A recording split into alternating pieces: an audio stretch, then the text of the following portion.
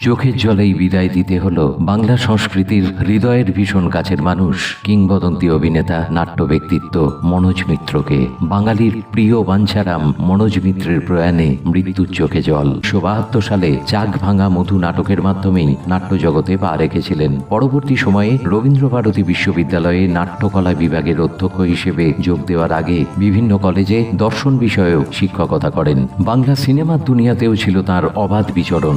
ঋত্বিক ঘটক, সত্যজিৎ রায়, মৃণাল সেন, বুদ্ধদেব দাশগুপ্ত, তপন সিনহা, তরুণ মজুমদার, শক্তি সামন্ত, গৌতম ঘোষের মতো পরিচালকদের পরিচালনায় অভিনয় করেছেন। শত্রু সহ বহু বাণিজ্য সফল ছবিতে তার অভিনয় দর্শকদের মুগ্ধ করে। নাট্যকার, অভিনেতা এবং পরিচালক হিসেবে এমন সব গল্পকে প্রাণবন্ত করেছেন যা মানব জীবনের বিভিন্ন জটিলতার প্রতিফলন। সেই সত্যিকারের শিল্পী মনোজ মিত্রকে শ্রদ্ধা জানাই, যিনি নিজের কাজ দিয়ে বাঙালির সাংস্কৃতিক বুননকে সমৃদ্ধ করেছেন।